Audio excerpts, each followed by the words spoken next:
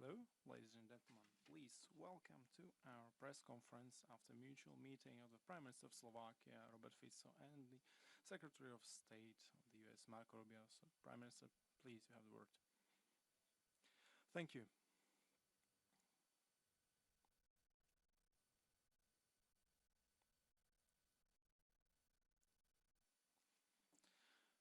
Dear Secretary of State, dear Marco Rubio, please allow me to welcome you once again, you and your whole delegation to Bratislava and our Office of the Government of the Slovak Republic. Dear ladies, dear gentlemen, we had a shared short tete-a-tete meeting with Secretary of State, and then we had delegations discussion where we went into details, where we discussed topics that are the point of our today's meeting. I'll try to briefly sum up the conclusions of our discussions, be it in Four Eyes or, let's say, in our meeting of delegations.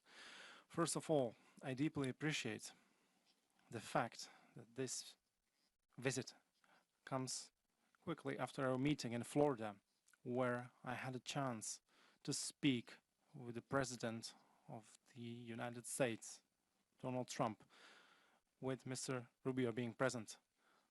So it's a great follow-up, and great continuation. And after a short one, discuss, ktorých sme spoločne hovorili. Za najpodstatnejšie z dnešného stretnutia, vážený pán minister, považujem to, že sa navzájom rešpektujeme. Zdôraznil som, že som predstaviteľom vlády, ktorá chce robiť suverénnu slovenskú zahraničnú politiku, orientovanú na všetky 4 svetové strany. Zdôraznil som, že mojou základnou prioritou nie je ochraňovať národné a národnoštátne záujmy iných, ale že základnou povinnosťou mojou je ochraňovať národné a národnoštátne záujmy Slovenskej republiky. A myslím si, že je správne porozumenie, že všade tam, kde sa naše záujmy spájajú, vystupujeme ako spojenci. Tam, kde máme rozdielne názory, nás to núti rokovať, negociovať a nájsť primerané riešenia.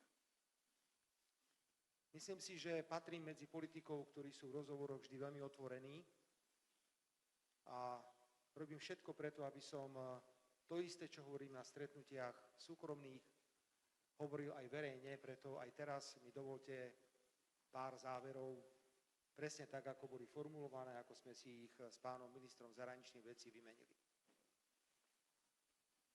Slovensku záleží na spolupráci so Spojenými štátmi v oblasti jadrovej energetiky. 13. februára nadobudla účinnosť medzivládna dohoda medzi Spojenými štátmi a Slovenskom, pokiaľ ide o spoluprácu v oblasti jadrovej energetiky. Informoval som pána ministra zahraničných vecí, kde sa nachádzame. Máme obrovský záujem pod hlavičkou amerického partnera vytvoriť nadnárodné konzorcium, ktoré by zagarantovalo, že Slovensko do roku 2040 by mohlo postaviť ďalší jadrový blok o výkone 1200 MW. A tešíme sa, ak sa nám podarí v priebehu budúceho roku podpísať už konkrétne dohody so spoločnosťou Westinghouse. Rovnako som požiadal samozrejme našich amerických partnerov aj o spoluprácu už v týchto štádiách prípravy tohto projektu, pretože je to projekt, ktorý sa vymýka z rámca Slovenska, dotýka sa aj celej Európskej únie, preto intenzívne rozhovory s našimi európskymi partnermi budú nevyhnutné a v tomto budeme potrebovať aj spoluprácu partnerov amerických. Keď sme pri energetike, informoval som pána ministra zahraničných vecí o tom, čo sa deje v tomto regióne, pokiaľ ide o plyn a ropu. Nebudem zachádzať ďaleko, a do detailov. Môžem však len povedať, že Slovensko ako krajina, ktorá vždy bola na začiatku rôznych potrubí, či išlo o ropu alebo išlo o plyn, sa dostalo na koniec týchto potrubí. Sme v nezávidenia hodnej pozícii kvôli ideologickým a škodlivým rozhodnutiam Európskej únie, najmä teraz hovorím o rozhodnutí Repower EU, ktoré zastavuje napríklad toky akéhokoľvek plynu z východu do Európy, počnúc v našom prípade 1. novembrom 2027. Hľadali sme spolu rôzne alternatívy a ja sa naozaj domnievam, že aj zajtrajšie stretnutie s predsedom maďarskej vlády Viktorom Orbánom môže priniesť určitý posun, pokiaľ ide o krízovú situáciu, ktorá momentálne vzniká v oblasti dodávok ropy do Európy a do rafinérií, ktoré kontroluje maďarský MOL. Tretia téma bola téma, ktorá sa dotýkala samozrejme vojny na Ukrajine. Tu má Slovensko svoje originálne, neopakovateľné postoje, ktoré sa nevždy zhodujú s postojmi našich partnerov v Európskej únii, ale to je tá naša otvorenosť, to je tá naša priamosť a to je realizácia suverénnej politiky na všetky 4 svetové strany. Jasne som povedal názor pánovi ministrovi zahraničných vecí, ako my vidíme vojnový konflikt. Myslíme si, že ešte bude pomerne dlho pokračovať. Nevidíme východiska na mierové ukončenie v krátkom čase. A ponúkol som Slovensko ako krajinu, ktorá rozumie jazyku aj na Ukrajine, aj v Ruskej federácii, ako krajinu, ktorá má dobré spravodajské služby, ako krajinu, ktorá je susednou krajinou Ukrajiny, na dobrú výmenu názorov k tejto téme. A pán minister, chcem oceniť prístup vašeho prezidenta, lebo to je prístup človeka, ktorý je veľmi pragmatický a racionálny a chce túto vojnu ukončiť čo najrýchlejšie. Tiež ju považujeme za nezmyselnú, preto ak môže byť Slovensko nápomocné v akýchkoľvek mierových iniciatívach, ktoré budú viesť k ukončeniu tejto vojny, tak sme maximálne pripravení.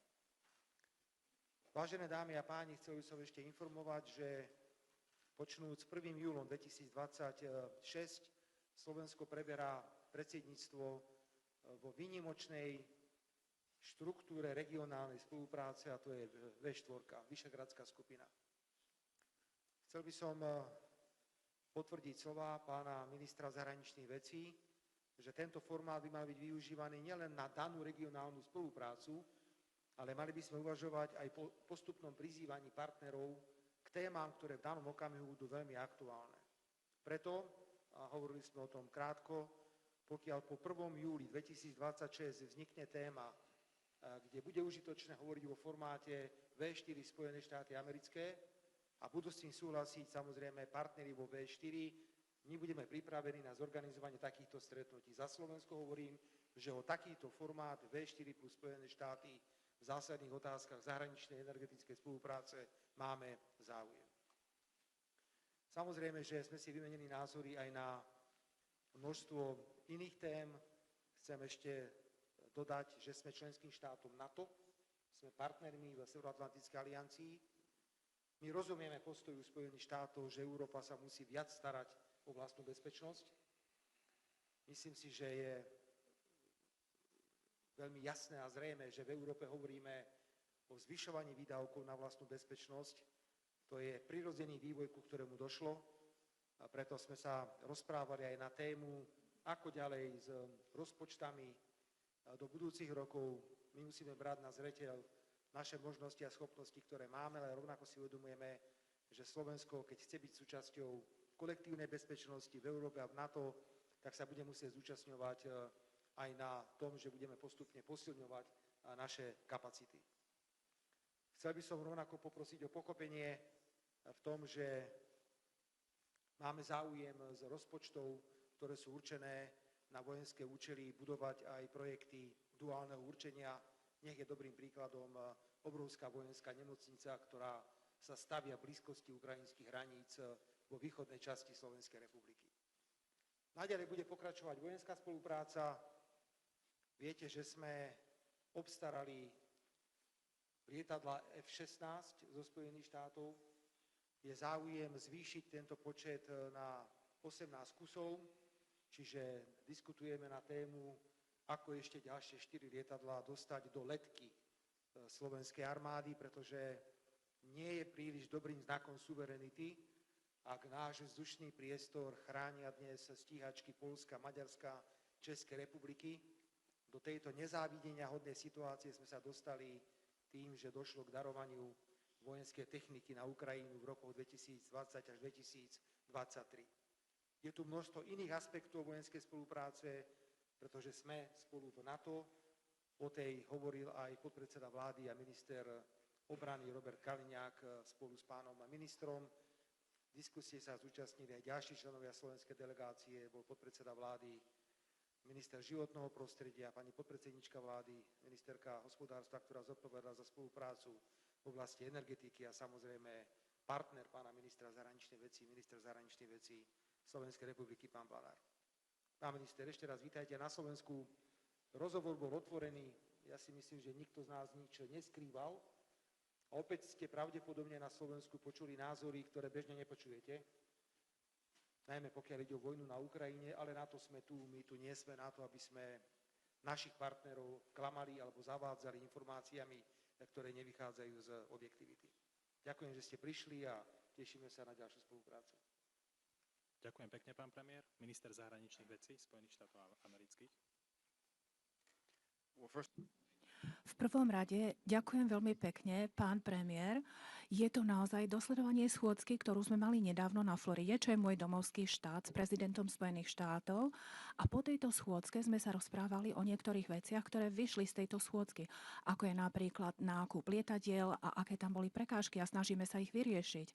A myslím, že pracujeme na tom riešení, pretože to je v rámci nášho spoločného zapojenia, ako môžeme dosiahnuť viacej vecí spoločne. A táto schôdzka sa uskutočnila vlastne deň po tom, čo sa podpísala dohoda s Westinghouseom, s našim ministrom energetiky, ktorá poskytuje základ pre túto dohodu. Ja tieto veci používam len na to, aby som ukázal dôležitosť tohoto zapojenia. Obidve strany máme svoje týmy, ktoré usilovne pracujú na komunikácii, ale nedá sa nahradiť priame zapojenie, priame kontakty. A kontakty s Európou, to teraz budete vidieť častejšie zo strany z našej strany. Ako ste spomínali, pán premiér, vaša Vyšehrádska štvorka sa teší na zapojenie do spolupráce, tešíme sa na to a neviem, prečo by to bolo kontroverzné. Chceli by sme všetkým pripomenúť, že názorom prezidenta Spojených štátov, that we expect every country in the world to act in their national interest. That is what countries are supposed to do. That is what the leaders of their countries are. I don't know why that is like a strange consideration. The fact of the matter is we view policy the exact same way. Now, when our national interests are aligned, when the national interests of the United States, for example, and the national interests of Slovakia are aligned, this is an extraordinary opportunity for cooperation and for partnership. Where there might be some misalignment, well, that's where the relationship comes in. That's where the partnership comes in. That's where we try to accommodate one another and find a way forward. There's nothing controversial about that, at least not as long as President Trump is in the White House. And we believe that within the area of common alignment, there are so many things we can work on together that are good for your country, good for our country, but frankly, good for Europe and good for the world. I also appreciate your input with regards to the war in Ukraine. It is important that we take as many viewpoints. Your viewpoint and the viewpoint that you've expressed both to me and publicly as well is one that's informed by both your geography and by your history. And it's a very important point of view to take into account in the broader context. As I said yesterday in response to some questions in Munich, we view the United States' role as one of trying to facilitate an end to a very deadly, very bloody, very, very costly war with horrible suffering. What's happening in Kyiv right now is horrifying. You know, people in the coldest part of the year, not going without electricity and energy. This is nothing positive about that. The death, regardless of what the numbers are on both sides, way too high. And the president has spent a year at the highest levels of our government trying to find whether we can be facilitators of a negotiated end to this terrible conflict. And it is something that we care about, but it is something you live next door to. You're on the border. You're right there. You face, and not only do you have to face the consequences of the war, but you will also have to face the benefits or the consequences of the peace. And so we appreciate your input in that regard. We talked about a lot of things we have an opportunity to work together on. Energy is one of them. I think you have an opportunity as a nation, not just because you can generate energy, to also be in a very advantageous role when it comes to new technologies like artificial intelligence, as an example. It's an opportunity there. There's a very energy-dependent industry, and so it's something we can work together on. We're always talking about military sales, and this is important. We're very happy that the F-16 program is your program of choice. We hope you'll consider some others as well that we can work together on, because apart from one of the key components of any country's national interest is the ability to protect their people. There is no more important obligation of any government than the ability to protect your own people and your own nation. This is why, by the way, we talk about the importance of our partners having capabilities in NATO. Every time we say this, people, they go crazy. They think, oh, that means you're going to abandon NATO, you're going to abandon your allies. I think the point we're making is that the stronger our allies are, the stronger we are collectively. The stronger we are collectively. And so we want to play a positive role in that regard, and you're doing many good things in that space, and we want to thank you and want to continue to work with you on that. So there are many things that we have an opportunity to work together on, but first, thank you for receiving me here on a Sunday, and I try never to burden people on Sundays. It's an important day for me because of my faith, and I know for many of you as well, but I thank you for opening this space to us on this day, because we wanted to show, and we are showing, and we are going to show in the weeks and months and years to come, that under President Trump, this administration is going to make not just Slovakia, but Central Europe a key component of how we engage the continent and the world. And that we are not just going to engage in meetings and pleasantries, but in concrete actions that we will take together in ways that are beneficial to your people and our people, in ways that are beneficial to your country and our country. I'm very excited about this opportunity. I know the President is as well. That's why I'm here. When did we meet? It wasn't too long ago. It was just a few weeks ago. Yes, few weeks. A few weeks, and here we are. So, and we'll be back, and we'll be sending others back. And I think some members of your team are going to be coming to Washington this week to have a conversation. So you're going to get used to seeing us, and you're going to get used to dealing with us, because we're very happy to be here, and we look forward to working with you very closely. Thank you. Thank you very much. Ďakujem veľmi pekne. Thank you very much. Now there's some space for questions. Please, first question, Slovak TV. Katarina Chovančáková, the Slovak Television and Radio. Dear Secretary of State, the U.S. last week gave the command of NATO to European countries, and there are some words about American soldiers leaving Europe. Some say that NATO is dead. What is the stance of NATO, of US NATO, and regarding cooperation of the US and Slovakia? Dear Prime Minister, did you also mention the defense cooperation agreement? Prime Minister, you criticized this. You wanted to cancel it, then you allowed for some changes. Did you mention this topic? I go first. Okay. On NATO, I don't understand. The United States has thousands and thousands of troops deployed to the NATO mission. And we've made very clear, I think it was made very clear at the summit just a few days ago at the meeting of the defense minister level, we're not leaving NATO. We're not leaving. I mean, we may move a couple thousand troops from one country to another, but this has always been the case. This has always happened. By the way, we are not threatened or feel it is hostile to see NATO grow in its own capabilities, not independent of the United States, in conjunction with the United States. We don't think it's a negative thing that other countries have more influence in NATO, other partner nations have more influence in NATO, or that other countries within NATO have more capability. We view that as a positive. I see it reported yesterday in some places, oh, the Europeans are very upset. They're going to be less dependent on America now.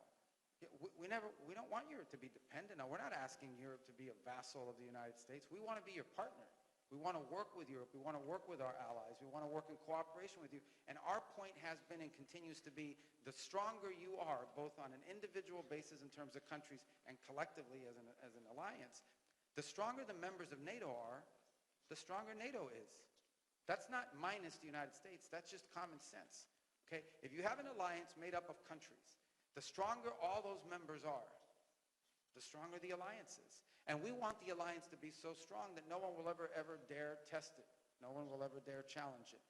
So we welcome any measures that are taken to strengthen the alliance by the individual members, and we see that as a very positive thing. Chcem len povedať, že I would just like to mention the question you're asking, or the agenda was not on our schedule, but nonetheless, the Minister of Defense and Vice Prime Minister will tell you more about those discussions. But today it was not part of our discussion.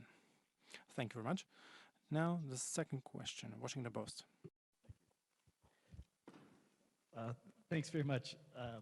Mr. Secretary, will the Trump administration consult and inform Congress in advance if it decides to attack Iran or remove the supreme leader?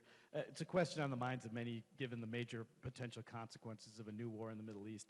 And also, 5 European countries issued a joint statement saying Alexei Navalny was most likely poisoned by a toxin found in South American frog. How come the United States didn't join the statement? Any response to it? Yeah, and, a couple and then, things. Mr. Prime Minister, sorry to interrupt. Thank you for your hospitality. On Venezuela, you strongly opposed America's removal of Maduro by force, saying it demonstrates a deepening breakdown of the international order. Do you still feel that way, given where we're at now? And also, you've denied saying that you were worried about President Trump's psychological state following your meeting with him in Mar-a-Lago. Can you explain how this was potentially misinterpreted? Let me go first on your question. I'm not going to talk about attacks on Iran or anything of that nature because the president's made clear he prefers diplomacy and an outcome of negotiated settlement. Now, we're dealing with radical Shia clerics. Okay, we're dealing with people who make geopolitical decisions on the basis of pure theology, and it's a complicated thing. I mean, no one's ever been able to do a successful deal with Iran, but we're going to try. Steve Witkoff and Jared Kushner will be traveling. I think they're traveling right now to have important meetings, and we'll see how that turns out. And we'll always comply with the applicable laws of the United States in terms of involving Congress in any decisions. But right now, we're not talking about any of that. We are postured in the region for one simple reason, and that is that we understand that there could be threats to our forces in the region. We've seen them be threatened in the past, and we want to make sure that we have sufficient capacity to defend them if, God forbid, that were to happen. We'll follow whatever the law is on it, and it depends on the circumstance that will lead to it. But right now, we're talking about negotiations. We are focused on negotiations. That's what we're focused on. The president's made that clear. If that changes, it'll be obvious to everyone, and obviously whatever the law requires us to do, we'll do. With regards to your question about the frog toxin, no, it's a very serious thing. Look, those countries came to that conclusion. They coordinated that. We chose, doesn't mean we disagree with the outcome. It wasn't, our endeavor. Sometimes countries go out and do their thing based on the intelligence they've gathered. We obviously are aware of the report. It's a troubling report. We're aware of that case of Mr. Navalny, and certainly it's, we don't have any reason to question it, or we're not disputing or getting into a fight with these countries over it, but it was their report, and they put that out there. And let me just make one more point, because I think you asked him a question in order to, see if you can get him against us with something about, you criticize. A lot of countries didn't like what we did in Venezuela. That's okay. That was in our national interest. I'm sure there's something he'll do one day that we don't like, and we'll say, hey, we didn't like you did this. So what? That doesn't mean we're not going to be friends, we're not going to be partners, we're not going to be able to cooperate with one another.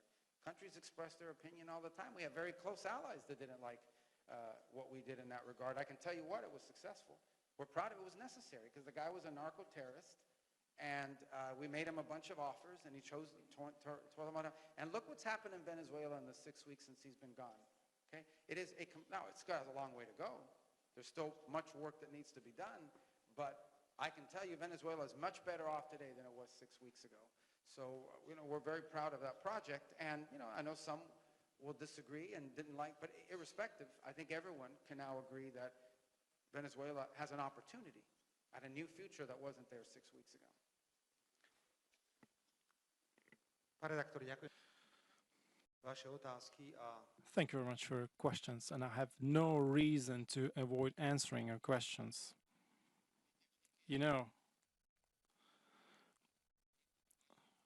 When someone doesn't like this sovereign, independent behavior of Slovakia, they always automatically try to create obstacles to this sovereign, independent behavior.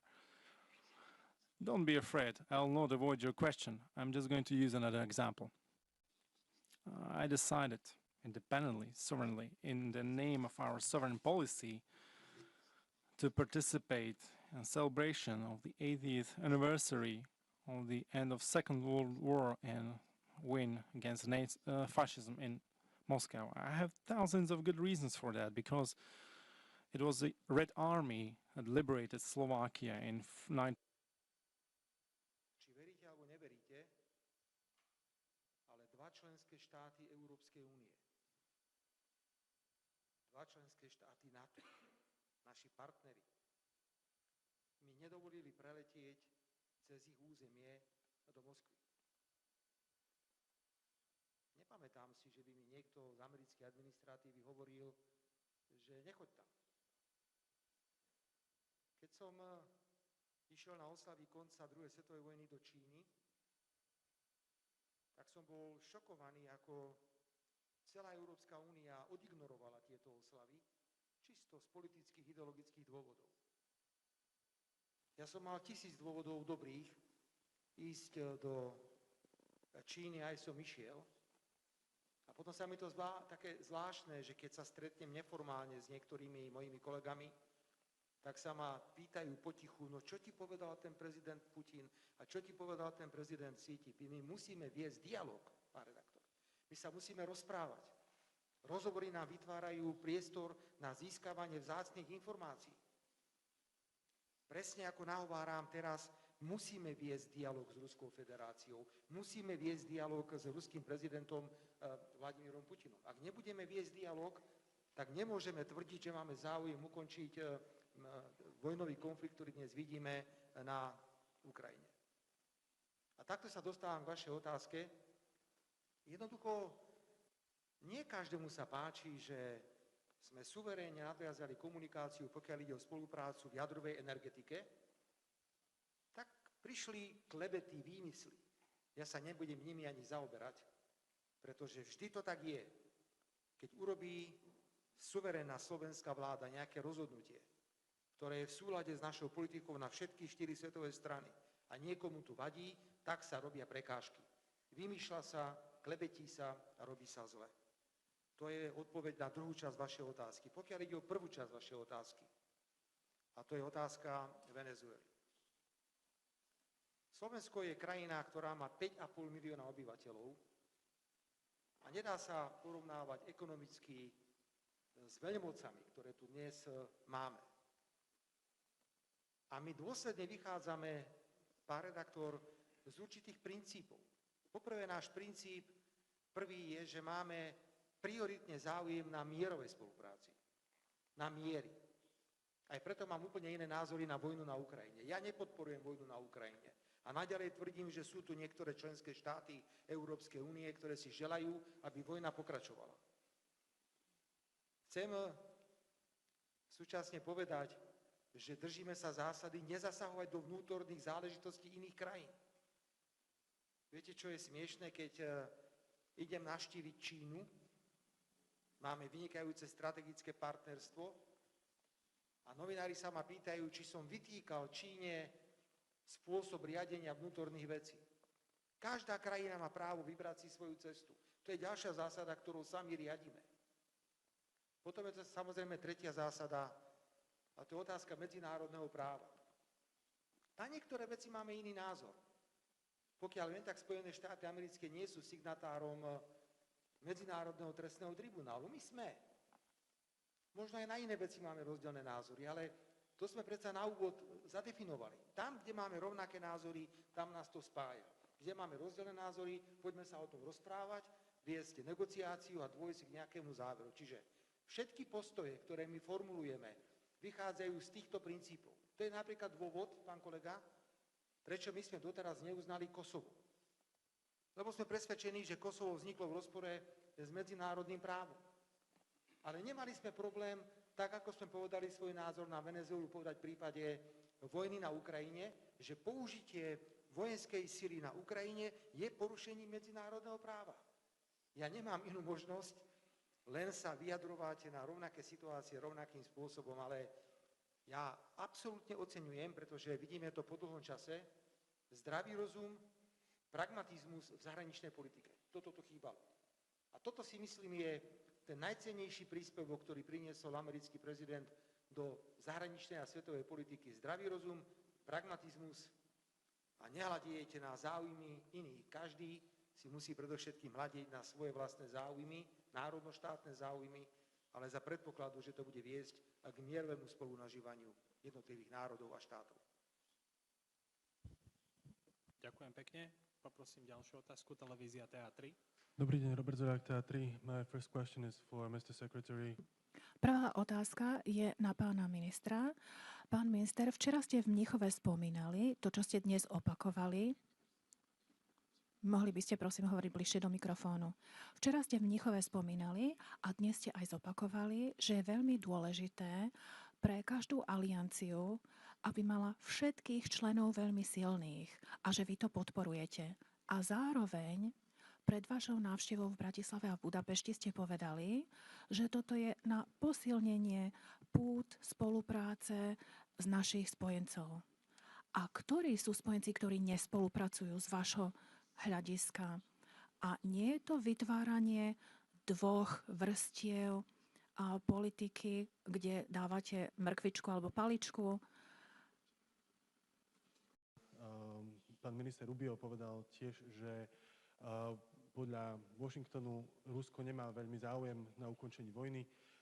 Vy sám rád opakujete, že máte iný názor na vojnu na Ukrajine, než je všeobecne v Európe. Ako ste si vyjasnili túto otázku v rozhovore s pánom ministrom? Yeah.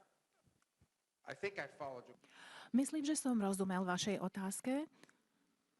Neviem celko presne. This member of NATO or that member of NATO in terms of what they're doing or not doing with regards to the alliance. I was giving a speech about our relationship, the transatlantic alliances, they call it, which on the military front is largely built on NATO, and on the commercial and economic front is built through the European Union, and obviously to non-members of the European Union then through bilateral agreements with them. And the core point of my speech yesterday remains that our relationship to Europe as a continent, the transatlantic relationship, is not just a military alliance. It is not just a commercial alliance or trade alliance. If it was just built on commerce and military, then this is very transactional. And it's only going to be an alliance as long as it's mutually beneficial in that regard. The point of my argument yesterday was that our transatlantic alliance, as it's been called, is built on something even more important and more enduring, and that is the ties we have as people, cultural ties, historical ties, religious ties, direct descendants in many cases, our language, etc., shared experience. And that's the point of it.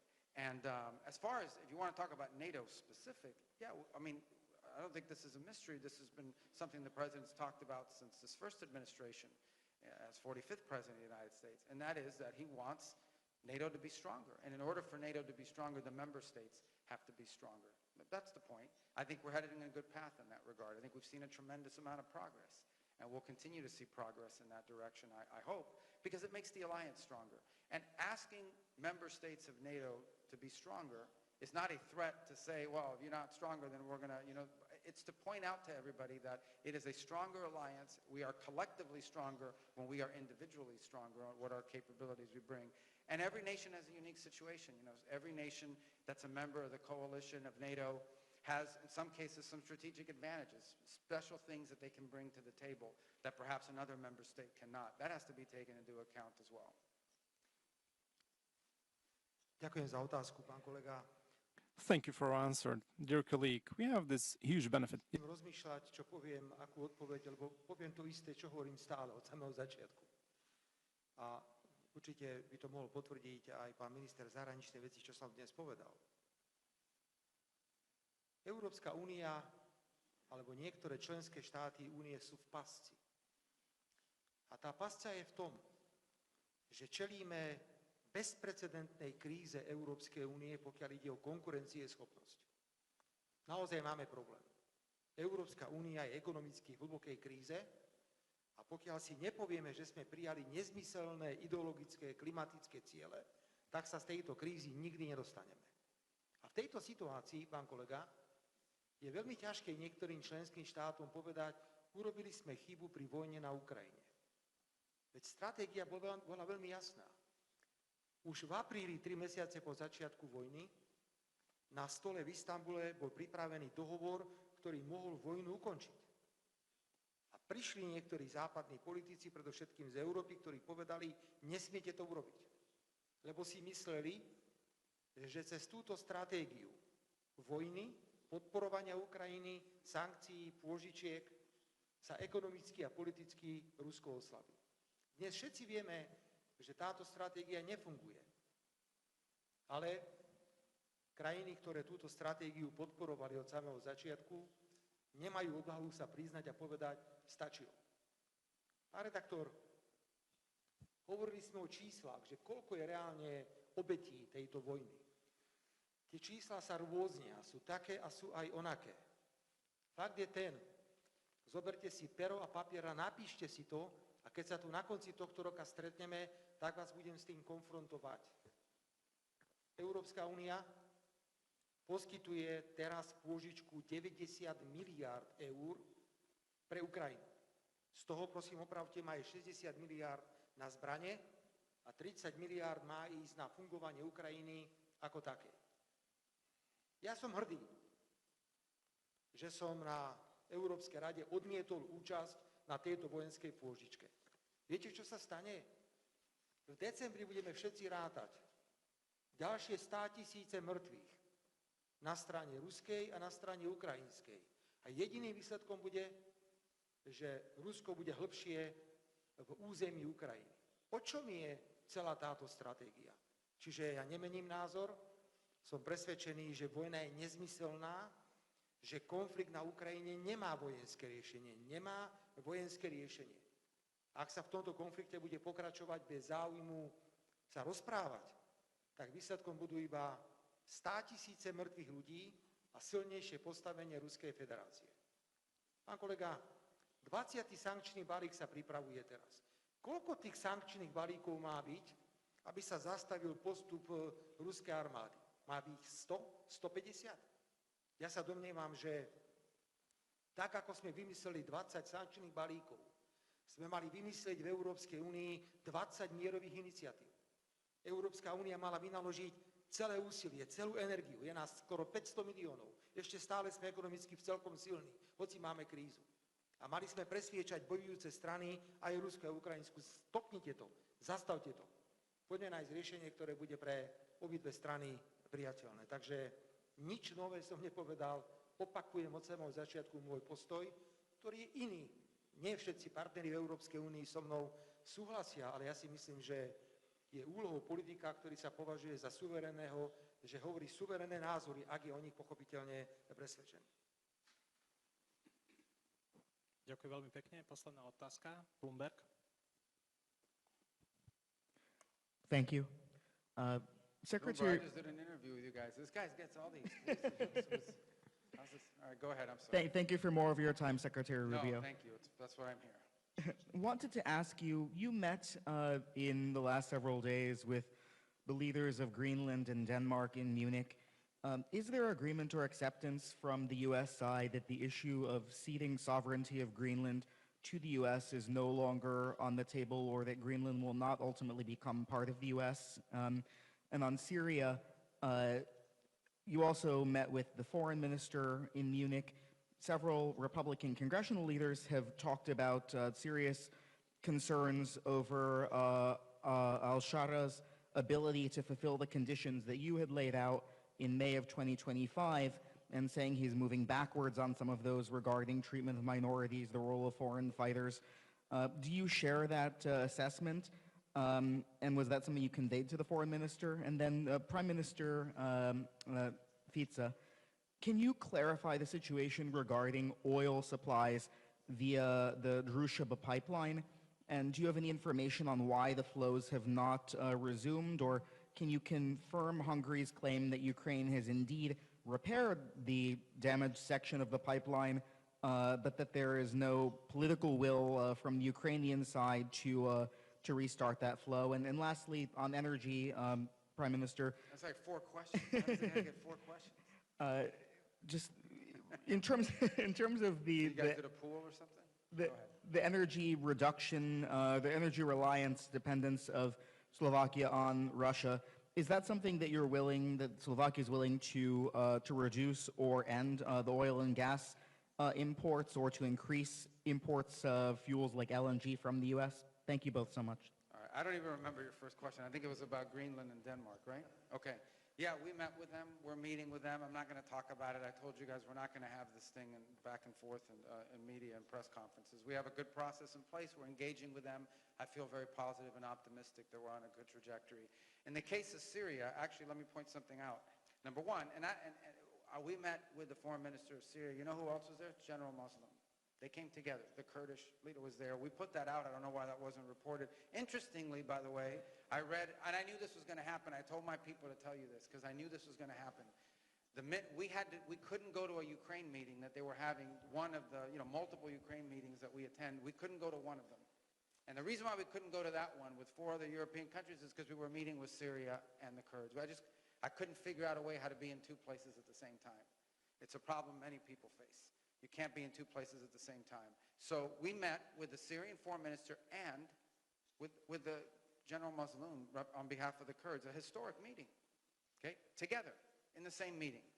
Now, let me say that no one here has ever disputed that the challenge of Syria was going to be a very significant one, okay? We are dealing with elements that, as we've said in the past, we have, concerns about things that they have done in the past.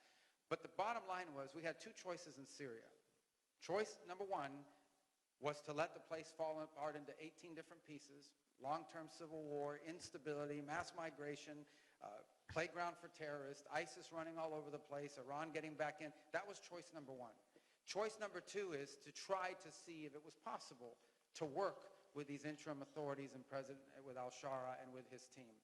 Guess what? We chose number 2 because it was made sense. Now, is it going to be easy? No. Is it going to be difficult? Absolutely. Is it going to have ups and downs and good days and bad days? No doubt about it. Here's the fact, okay? And I'm not saying that this tells you that we should claim victory and start a parade, but here's the fact. The fact is that when this situation erupted in the northeast of Syria, the president engaged personally, not once but twice with al-Shara, and he said, stop the fighting, so that we can move the ISIS prisoners that are there. Thousands of ISIS prisoners who, by the way, could have broken out and created havoc and chaos. Stop the fighting so that we can move these ISIS prisoners and so that we have more time to work on this reintegration, the integration of the Kurds into the national Syrian forces. And al-Shara did it. Now, he's kept his word up to this point. Obviously, he has to keep doing that. But that's what we've been able to achieve. We've been able to at least get him to agree to do that, and that's been important because we've been able to move those prisoners into Iraq and out of harm's way so that we don't have a massive jailbreak and 4,000 or 5,000 ISIS killers running crazy all over the place and threatening us in the future. And it's given us time to work on this integration agreement, which they have agreed to between the Kurds and the Syrian authorities in Damascus. Now, you have to implement that agreement. That's not going to be easy. And there are other such agreements that they need to reach with the Druze, with the Bedouins, with the Alawis, with all the elements of a very diverse society in Syria. But we think that outcome, as difficult as it's been, is far better than a Syria that would have been broken up into 8 pieces with all kinds of fighting going on, all kinds of mass migration. So we're very, very positive about that. And as far as members of Congress are concerned, we've worked with them on this. We've kept them informed. We've invited them to many of the meetings. In fact, Ambassador Barrack was in Washington last week briefing the congressional committees, always very blunt and very honest about the challenges involved in executing on this very difficult situation. But we think it's headed in a positive direction, even though it's been tested. There's been some difficult days. Frankly, there's been some days that have been, very concerning. But we like the trajectory. We have to keep it on that trajectory. We've got good agreements in place. The key now is implementation, and we'll be very involved in that regard. Those were my 2 questions, right? Okay. Chcem si spojiť obidve vaše otázky a odpoviem naraz jednou odpoveďou. Keď krajiny bojujú, ako to je v prípade Ukrajiny, tak sa už nehľadí na nič. Používa sa propaganda z jednej strany, z druhej strany. A tak ako Ukrajina obviňuje Ruskú federáciu, že zneužíva energie, ako sú ropa a plyn na politické účely, tak aj druhá strana zase obviňuje Ukrajinu, že robí to isté. Pán redaktor, my sme pravidelne cez Slovensko ťahali plyn, ktorý išiel cez Ukrajinu na Slovensko do západnej Európy. A zarábali sme na tom na tranzitných poplatkoch okolo 500 miliónov eur ročne. Ukrajina tým, že tranzitovala ruský plyn do Európy, zarábala na tranzitných poplatkoch okolo 800 až 900 miliónov eur ročne. A prišlo ideologické rozhodnutie. Cez Ukrajinu sa nebude ťahať ruský plyn, to znamená, nebude sa ťahať ani cez Slovensko. Pravdepodobne Ukrajine tá miliarda nechýba, pretože dostávajú obrovské príjmy, obrovské pôžičky. To sú 100 milióny, to sú miliardy, to sú jednoducho také sumy peňazí, o ktoré si nevieme ani predstaviť. Za týchto podmienok chcem povedať, že Slovensko sa správa veľmi zodpovedne. Mohli by sme byť urazení a mohli by sme prijať odvetné opatrenia proti Ukrajine. Ale my na Ukrajine nevidíme prezidenta Zelenského. Nevidíme politikov. Ja tam vidím deti, ženy a rodiny, ktoré potrebujú prežiť ťažkú zimu. A preto sme sa rozhodli, že napriek tomu, čo nám Zelenský urobil, že nás obralo 500 miliónov eur ročne, dodávame na Ukrajinu elektrickú energiu, to sú tzv. Špeciálne zásielky elektriny, keď im zlyháva energetický systém. A my im dodávame, či tomu veríte alebo neveríte, aj plyn.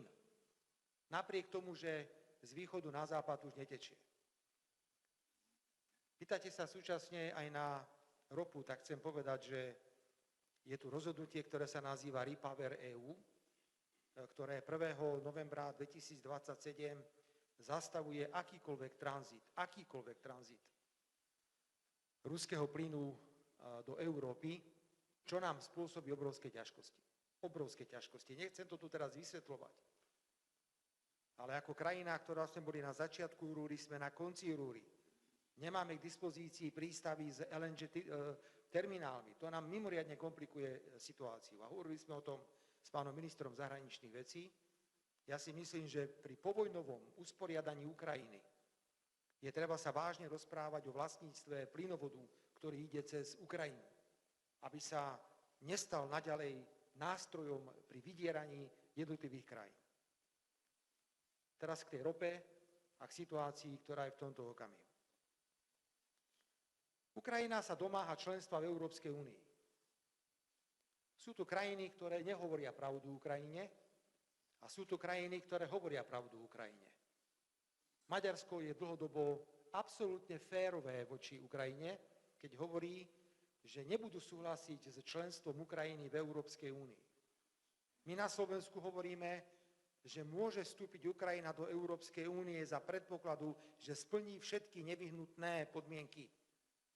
My teraz nemôžeme oklamať Srbsko, nemôžeme oklamať Čiernu Horu, nemôžeme oklamať Albánsko. Tieto krajiny sú 100-krát lepšie pripravené na vstup do Európskej únie, ako je Ukrajina.